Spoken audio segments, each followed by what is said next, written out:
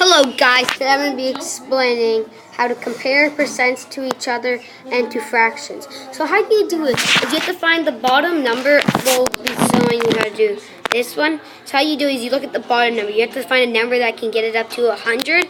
So since you do that, if I know the mental math, so it would be times 4.